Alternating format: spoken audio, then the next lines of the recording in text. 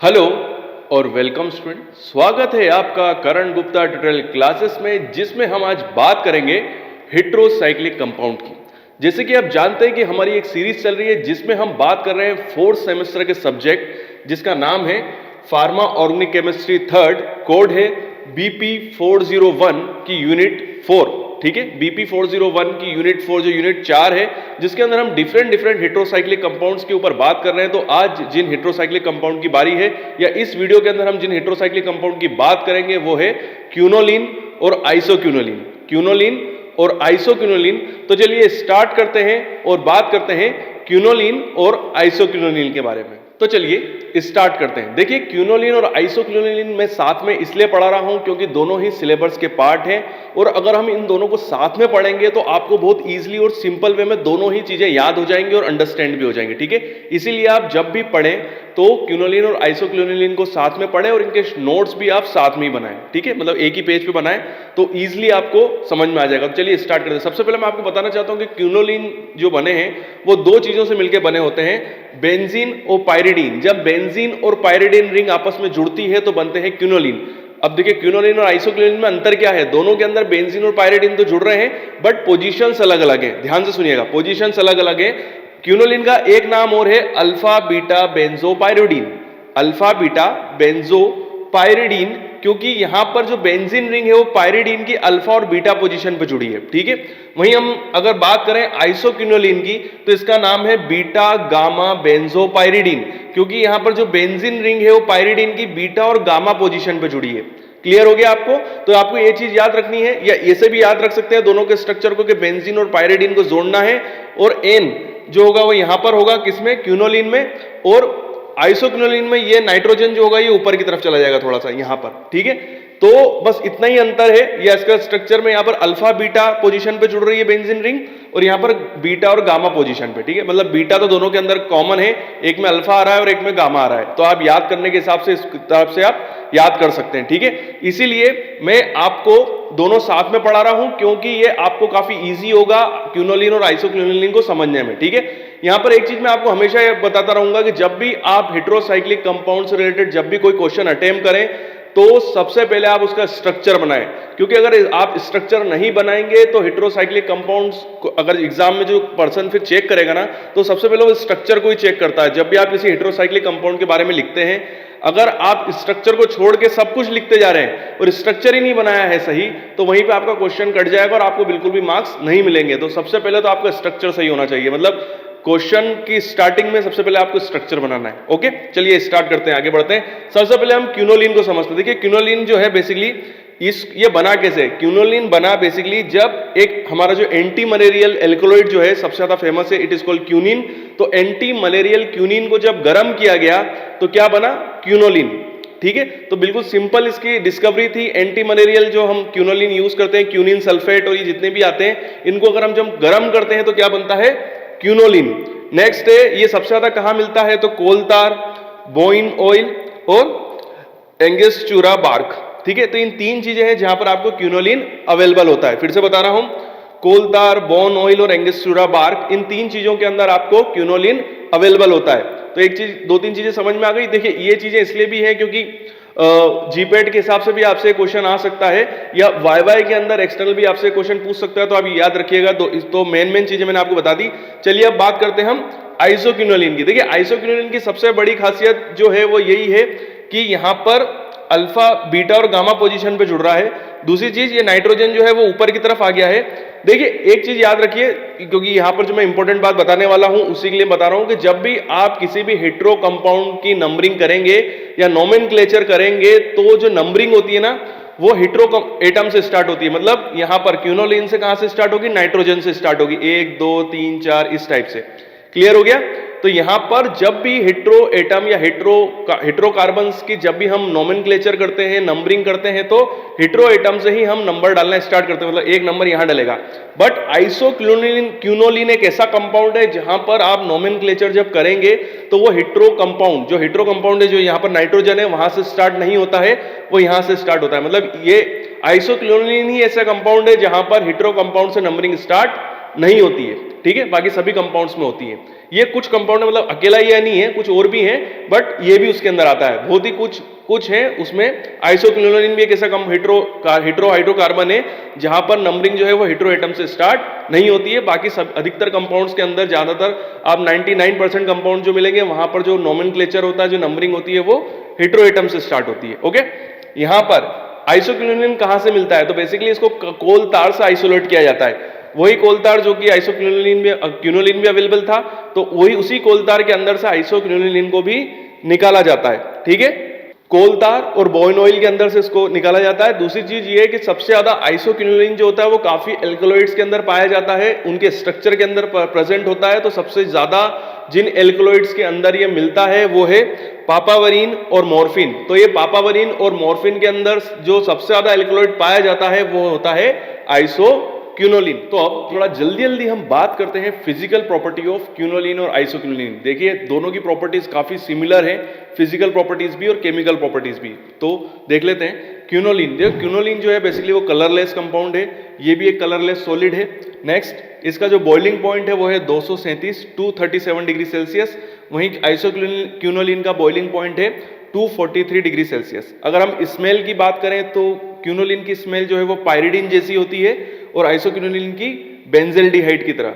वहीं अगर हम क्विनोलिन की सोल्युबिलिटी की बात करें तो क्विनोलिन जो है वो ऑर्गेनिक सॉल्वेंट के अंदर स्प्रिंगली सोल्यूबल होता है और वाटर के अंदर 0.7%, मतलब वाटर के अंदर डिसॉल्व हो जाता है रूम टेम्परेचर 0.7% तक। ठीक है, वहीं हम बात करें आइसोक्विनोलिन की, तो आइसोक्विनोलिन जो होता है वो ऑर्गेनिक सॉल्वेंट्स के अंदर डिसॉल्व हो जाता है। क्लियर हो गया, मगर वाटर के अंदर ये स्प्रिंगली सोल्यूबल होता है। यहां पर एक चीज दोनों के अंदर ये कॉमन है कि जब इसको स्टोर किया जाता है तो ये रूम टेम्परेचर पे येलो कलर के हो जाते हैं। दोनों क्विनोलिन और आइसोक्विनोलिन रूम टेम्परेचर पे अगर हम इसको स्टोर करके रखेंगे तो ये जो है बेसिकली येलो कलर में कन्वर्ट हो जाते हैं। ठीक है, तो ये मैंने आपको बिल्कुल सिंपल और इजी वे में मैंने समझाने की कोशिश करी इसकी फिजिकल प्रॉपर्टीज। इंट्रोडक्शन के बाद अब हम बात करते हैं इसके सिंथेसिस की। तो सबसे पहले हम क्विनोलिन के सिंथेसिस के ऊपर बात करते हैं। क्विनोलिन के सिंथेसिस की दो मेथड्स हैं। फर्स्ट मेथड जो है वो है स्क्रब सिंथेसिस। तो फर्स्ट मेथड है स्क्रब सिंथेसिस, तो उसकी बात कर लेते हैं। तो यहां पर क्विनोलिन का जो सिंथेसिस होता है वो होता है एनिलीन और ग्लिसरॉल से। एनिलीन और ग्लिसरॉल की रिएक्शन कराई जाती है किसकी प्रेजेंस में? H2SO4 की प्रेजेंस में, साथ में नाइट्रोबेंजीन और गर्म किया जाता है। ठीक है, नाइट्रोबेंजीन जो है वो एक माइल्ड ऑक्सीडाइजिंग एजेंट का काम कर रहा है। क्लियर है, तो यहां पर H2SO4 है, नाइट्रोबेंजीन है और गर्म किया जाता है किसको? एनिलीन और ग्लिसरॉल को। देखिए आपको अगर कभी भी कोई केमिकल रिएक्शन याद करनी हो तो सबसे पहले, या कोई भी सिंथेसिस याद करनी हो तो सबसे पहले आपको दिमाग में रखना है कि रिएक्शन के अंदर पार्टिसिपेट कौन कर रहा है। ओके, अगर आपको ये याद है तो आप रिएक्शन को लिख सकते हैं। जैसे कि अगर आपको पता है कि इसको आप डायरेक्टली याद कर लीजिए कि कैसे ग्लिसरॉल और एनिलीन मिलके बनाते हैं क्विनोलिन। क्विनोलिन का स्ट्रक्चर आपको पहले से याद है कि बेंजीन और पायरिडीन को जोड़ के आपको क्विनोलिन का स्ट्रक्चर बनाना है। तो बस आपको ये याद रख लेना है कि ग्लिसरॉल और एनिलीन, ठीक है, ग्लिसरॉल और एनिलीन, सही बात है, एनिलीन एंड ग्लिसरॉल आपस में मिलकर क्या बना रहे हैं? क्विनोलिन। और किसकी प्रेजेंस में बना रहे हैं? H2SO4 और नाइट्रोबेंजीन। यहां पर एक चीज मैं आपको बताना चाहता हूं कि जो स्क्रब सिंथेसिस होता है, यहां पर जब एनिलीन और ग्लिसरॉल को आपस में गर्म किया जाता है तो काफी वायलेंट रिएक्शन होती है, मतलब आग लगने का भी डर होता है, काफी ज्यादा ये रिएक्टिव रिएक्शन होती है। इसी वजह से फेरस सल्फेट और बोरिक एसिड को डाला जाता है ऊपर से, जिससे कि रिएक्शन जो है वो थोड़ी कम वायलेंट हो और ज्यादा ज्वलनशील ना हो, क्योंकि हो सकता है कि लैब में आग लगने का भी डर होता है। इस वजह से इसको थोड़ा सा कम वायलेंट करने के लिए या इसकी रिएक्टिविटी को थोड़ा सा कम करने के लिए इसमें ऊपर से फेरस सल्फेट और बोरिक एसिड डाला जाता है। ठीक है, तो ये थी हमारी स्क्रब सिंथेसिस जिससे हम क्विनोलिन को सिंथेसिस करते हैं हमारी लेबोरेटरी के अंदर। अब हम बात करते हैं हमारी दूसरी सिंथेसिस के बारे में। तो यहाँ पर हमारी जो दूसरी रिएक्शन है या जो सिंथेसिस की मेथड है क्विनोलिन की, वो है फ्रेड-लेंडर सिंथेसिस। बेसिकली देखिए यहाँ पर मैं आपको क्विनोलिन की केवल एक और सबसे सिंपल मेथड ही बताने वाला था जिससे आपको इजी हो जाए क्विनोलिन को पढ़ना, बट यहाँ पर मैं दो सिंथेसिस इसलिए बता रहा हूँ क्योंकि दोनों ही सिंथेसिस काफी सिंपल हैं। तो आप इनमें से जो भी आपको सिंपल लगे वो आप पढ़ सकते हैं। तो पहली मैं बता चुका हूँ। तो दूसरी जो है फ्रेड-लेंडर सिंथेसिस है, यहाँ पर जो क्विनोलिन का सिंथेसिस होता है वो दो रिएक्शन से होता है, वो है ऑर्थो अमीनो बेंजेल्डिहाइड और एसिटल्डिहाइड। ऑर्थो अमीनो बेंजल्डिहाइड और एसिटल्डिहाइड जब आपस में रिएक्ट करते हैं, मतलब इन दोनों का कंडेंसेशन होता है, तो कंडेंसेशन करके रिएक्शन जो बनता है इट इज कॉल्ड क्यूनोलिन, और 2H2O जो होता है वो बाहर निकलता है। ठीक है, तो 2H2O कैसे बन रहा है वो भी मैंने रिएक्शन के थ्रू यहाँ पर बता दिया है कि इसका ऑर्थो अमीनो बेंजल्डिहाइड का ऑक्सीजन यहाँ पर H2 के साथ रिएक्ट करके अलग हो रहा है, और यहाँ पर जो ऑर्थो अमीनो बेंजीन जो अमीनो का जो NH2 है, तो इसका H2 इसके ऑक्सीजन के साथ निकल के H2 बना रहा है। यहाँ मतलब ऊपर और नीचे एक एक वाटर के एक एक मॉलिक्यूल जो है वो अलग हो रहे हैं, तो 2H2O अलग हो रहा है और हमारा क्यूनोलिन जो है वो हमको मिल रहा है। ठीक है, तो यहाँ पर मैंने आपको दोनों सिंथेसिस जो क्यूनोलिन की बताई हैं, दोनों सिंथेसिस सिंपल हैं, बिल्कुल डायरेक्ट हो रही हैं, तो इन दोनों को आप डायरेक्टली याद कर सकते हो, एनिलीन ग्लिसरॉल और ortho amino benzaldehyde plus acetaldehyde. ठीक है, तो इसको आप ऐसे भी याद रख सकते हो, दोनों के अंदर एल्डिहाइड ही है, अमीनो बेंजल्डिहाइड और एसिटल्डिहाइड, तो इस बेस पे भी आपको याद हो सकता है, तो इस टाइप से आप उसको याद कर सकते हैं। तो दोनों रिएक्शन काफी सिंपल है इसलिए मैंने बताई। अब हम बात करते हैं आइसोक्यूनोलिन के सिंथेसिस के बारे में। तो अब हम बात करते हैं आइसोक्यूनोलिन के सिंथेसिस की। तो मैंने काफी सिंथेसिस की ढूंढी, 2 सिंथेसिस मेरे को इसमें मिली। तो इसमें जो सबसे सिंपल सिंथेसिस जो मैं आपको समझा रहा हूं वो है फ्रॉम सिनेमेल्डिहाइड, मतलब आइसोक्यूनोलिन को सिंथेसाइज किया जाता है सिनेमेल्डिहाइड की हेल्प से। ठीक है, तो ये सबसे सिंपल है। तो यहाँ पर और जो दूसरी टेक्निक है उसका नाम मैं साइड में लिख देता हूँ, तो यहाँ पर देख के आप इसकी दूसरी टेक्निक भी देख सकते हैं अगर आपको दूसरी टेक्निक चाहिए, बट वो इससे टफ है। और सबसे सिंपल जो है वो ये है, तो इसको समझते हैं। देखिए इसके लिए आपको क्या करना पड़ेगा, देखिए थोड़ी सी टफ तो है ये, बट मैं आपको इसको बताऊंगा भी इसको आपको कैसे याद करना है। तो देखिए सिनेमेल्डिहाइड का स्ट्रक्चर आपको बना देना है। ठीक है, तो ये हो गया सिनेमेल्डिहाइड और साथ में होगा हाइड्रोक्सिल अमीन। तो सिनेमेल्डिहाइड हाइड्रोक्सिल अमीन दोनों आपस में रिएक्ट करके आइसोक्यूनोलिन बनाते हैं। कैसे, देखिए सिनेमेल्डिहाइड का स्ट्रक्चर आपको दिख रहा है, तो एल्डिहाइड है इसलिए CHO, और यहां पर है आपका हाइड्रोक्सिल अमीन मतलब NH2OH। तो NH2OH का जो यहां पर NH2 दिख रहा है, इसका H2 और इसका CHO का O, ये आपस में अलग हो जाएंगे, वाटर का मॉलिक्यूल बना के अलग हो जाएंगे। ठीक है, तो ये आपस में जुड़ जाएंगे, तो जुड़ने के बाद स्ट्रक्चर आपको ये मिलेगा। ठीक है, तो यहाँ पर OH2 निकल चुका है, H2O निकल चुका है, तो ये स्ट्रक्चर में जो N था NH2 का वो जुड़ गया कार्बन से, और OH क्लियर है। तो यहां पर आपको अब क्या करना है, ये वाला OH है। ठीक है, OH और N बचा, ये पूरा का पूरा जाके इससे जुड़ चुका है। क्लियर हो गया, तो ये देखिए NOH। ठीक है, यहां पर जो स्ट्रक्चर है ये मिड रिएक्शन है, अनस्टेबल कंपाउंड है जिसका नाम है सिनेमेल्डोक्सिम। सिनेमेल्डोक्सिम ये एक अनस्टेबल कंपाउंड है।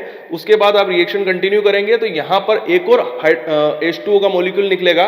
तो यहां पर ये जो OH दिख रहा है ये, और यहां पर एक H है ये, तो ये OH और H निकलेंगे और एक H2O का मॉलिक्यूल निकल जाएगा। तो उसके बाद फॉस्फोरस पेंटा ऑक्साइड की प्रेजेंस में हमको आइसोक्यूनोलिन मिलता है। ठीक है, यहाँ पर मैंने आइसोक्यूनोलिन डायरेक्ट लिख दिया है, आपको यहाँ पर स्ट्रक्चर बनाना है जब आप एग्जाम में लिखेंगे, बट मैंने यहाँ सिंपल करने के लिए क्योंकि जगह थोड़ी कम थी इसलिए मैंने आइसोक्यूनोलिन लिख दिया है, बट आपको यहाँ पर स्ट्रक्चर बनाना है। ठीक है, तो इसको याद करने का तरीका क्या है, देखिए यहाँ पर कुछ भी नहीं है, केवल 2 वाटर के मॉलिक्यूल निकाले हैं आपने, रिएक्शन कराई है आपने सिनेमेल्डिहाइड की और हाइड्रोक्सिल अमीन की, और 2 स्ट्रक्चर बने हैं, दोनों अनस्टेबल हैं, मिड रिएक्शन के हैं, और 2-2 वाटर के मॉलिक्यूल निकले हैं। पहले निकला और फिर एंड में भी एक वाटर का मॉलिक्यूल निकला, मतलब 2 वाटर के मॉलिक्यूल निकले और आइसोक्यूनोलिन बना।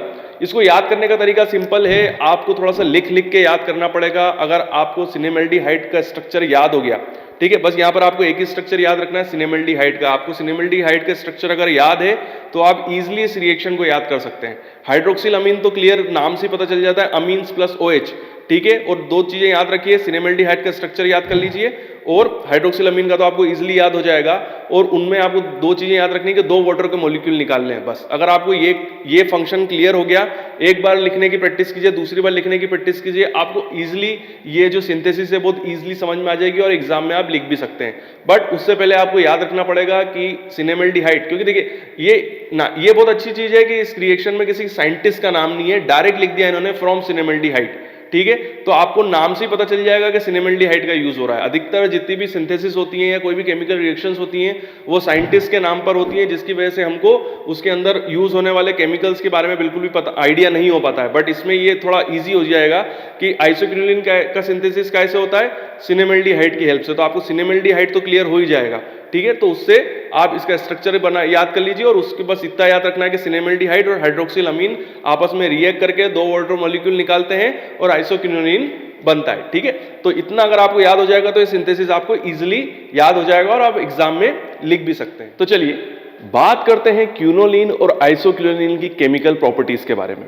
इस वीडियो के अंदर बेसिकली मैं आपको क्यूनोलिन और आइसोक्यूनोलिन की कॉमन केमिकल रिएक्शंस के बारे में बताऊंगा, जिससे कि आपको यह फायदा होगा कि अगर एग्जाम के अंदर क्यूनोलिन से रिलेटेड क्वेश्चन आता है तो आप इन्हीं रिएक्शन को अटेम्प्ट कर सकते हैं, और अगर आइसोक्यूनोलिन से रिलेटेड क्वेश्चन आता है तो आप यही रिएक्शन सेम आइसोक्यूनोलिन के अंदर भी लिख सकते हैं। तो आपके लिए इजी होगा याद करने के लिए। ठीक है, तो मैं आपको वही रिएक्शन बताऊंगा जो दोनों क्यूनोलिन और आइसोक्यूनोलिन दोनों के अंदर सेम है। ठीक है, तो हमारी जो फर्स्ट रिएक्शन है वो है electrophilic substitution.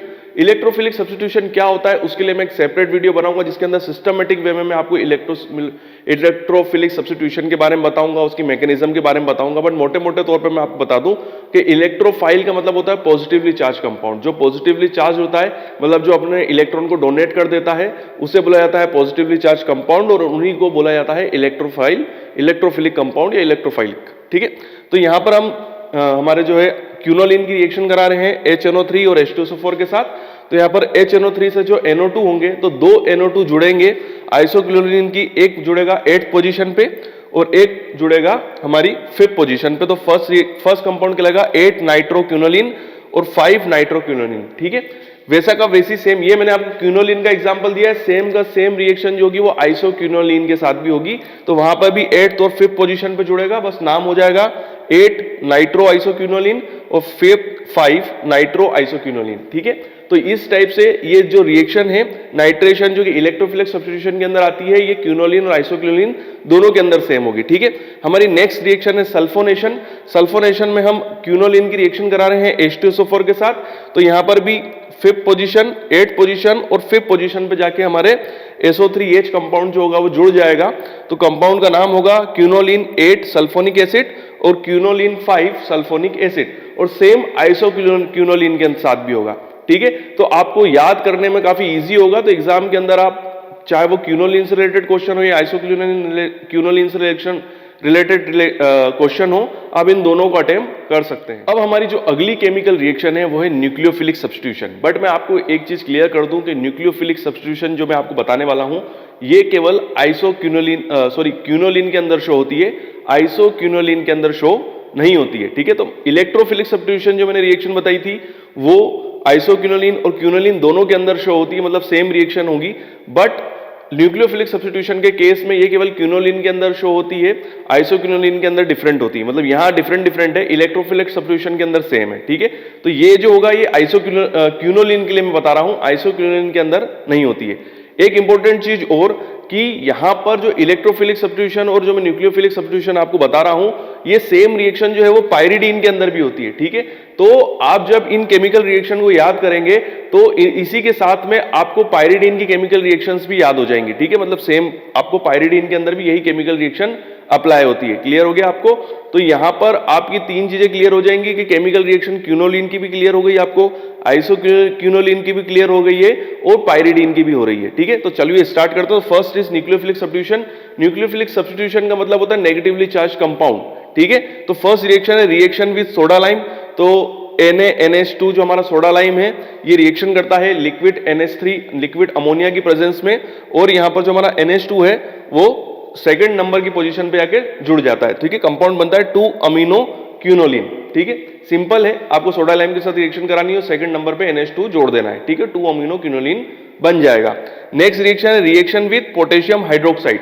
Reaction with potassium hydroxide, तो यहां पर KOH के साथ रिएक्शन होगी और हम उसको गर्म करेंगे और OH जो होगा वो सेकंड पोजीशन पे आके जुड़ जाएगा। एक चीज याद रखिए, यहां पर दोनों कंपाउंड न्यूक्लियोफिलिक सब्स्टिट्यूशन के अंदर इसकी सेकंड पोजीशन पे आके जुड़ रहे हैं, सेकंड नंबर पे, ये याद रखना, जबकि पहले वाले के अंदर 8वीं और 5वीं नंबर पे जुड़ रहे थे। ठीक है, तो इलेक्ट्रोफिलिक सब्स्टिट्यूशन के अंदर 5वीं और 8वीं नंबर पे जुड़ते हैं और न्यूक्लियोफिलिक सब्स्टिट्यूशन में सेकंड नंबर पे जुड़ते हैं। ठीक है, तो 2 हाइड्रोक्सी क्यूनोलिन कंपाउंड बन जाएगा। तो अगर आपको ये क्लियर हो गया, बस ये 2-3 मैंने आपको ट्रिक भी क्लियर कर दी कि जब आप इलेक्ट्रोफिलिक सब्स्टिट्यूशन बताएं तो 8वीं और 5वें नंबर की पोजीशन पे जोड़ना है क्यूनोलिन और आइसोक्यूनोलिन दोनों के अंदर। जब हम न्यूक्लियोफिलिक सब्स्टिट्यूशन बताएंगे तो यहां पर सेकंड नंबर की पोजीशन पे जोड़ना है, और ये केवल क्यूनोलिन के अंदर होती है, आइसोक्यूनोलिन के अंदर नहीं होती है। जबकि ये दोनों रिएक्शन इलेक्ट्रोफिलिक और न्यूक्लियोफिलिक सब्स्टिट्यूशन पाइरिडीन के अंदर भी सेम होती है। तो अगर पाइरिडीन से रिलेटेड क्वेश्चन आ जाता है तो ये सेम केमिकल रिएक्शन जो है आप पाइरिडीन के अंदर भी अप्लाई कर सकते हैं। तो आपके वहां पर भी यानी इस क्वेश्चन से आपकी पाइरिडीन की प्रिपरेशन भी हो जाएगी। अगर आप भी इन इंस्ट्रूमेंट्स पे ट्रेनिंग करना चाहते हैं तो you are most welcome in our institute. हमारा पता और ईमेल आईडी मैंने नीचे दिया हुआ है, तो यहां पर आप मुझे मेल कर अपनी इंफॉर्मेशन, अपने कॉन्टेक्ट नंबर मुझे सेंड कर सकते हैं। और साथ ही साथ हमारे पास कौन कौन से इंस्ट्रूमेंट्स है तो उसकी लिस्ट में आपको साइड में सेंड कर रहा हूं। तो यहां पर आप देख सकते हैं कि हम किस किस टाइप के इंस्ट्रूमेंट्स में ट्रेनिंग कराते हैं। और अगर आप कोई मास्टर डिग्री कर रहे हैं, कोई पीएचडी कर रहे हैं या किसी भी प्रोजेक्ट वर्क से जुड़े हुए हैं, और अगर आपको किसी इंस्ट्रूमेंट्स की रिक्वायरमेंट है और वो इंस्ट्रूमेंट आपके पास नहीं है, तो हम साथ ही साथ कंसल्टेंसी सर्विस भी प्रोवाइड कराते हैं। तो उससे रिलेटेड भी अगर आप कोई भी इंफॉर्मेशन जानना चाहते हैं तो आप मुझे मेरे पर्सनल मेल आईडी पे मेल कर सकते हैं। नीचे मैंने अपना मेल आईडी दिया हुआ है। और मैं अपने उन स्टूडेंट से बात करना चाहता हूं कि वो स्टूडेंट जिनको कोई डाउट है, कोई क्यूरी है, बट कमेंट्स बॉक्स में कई बार ऐसा होता है कि वो क्यूरी और डाउट इतने बड़े होते हैं कि मैं कमेंट्स बॉक्स में उनको उनके आंसर सही तरीके से नहीं दे पाता हूं। तो आप मुझे मेरे इंस्टाग्राम पे फॉलो कर सकते हैं। ये मेरा इंस्टाग्राम आईडी है। तो यहां पर मैं आपसे डायरेक्टली कांटेक्ट में आ जाऊंगा और आप मुझे डायरेक्टली क्वेश्चन पूछ सकते हैं और मैं आपके सारे डाउट जरूर क्लियर करूंगा। तो वीडियो देखने के लिए थैंक यू वेरी मच और यूं ही बने रहिए मेरे साथ।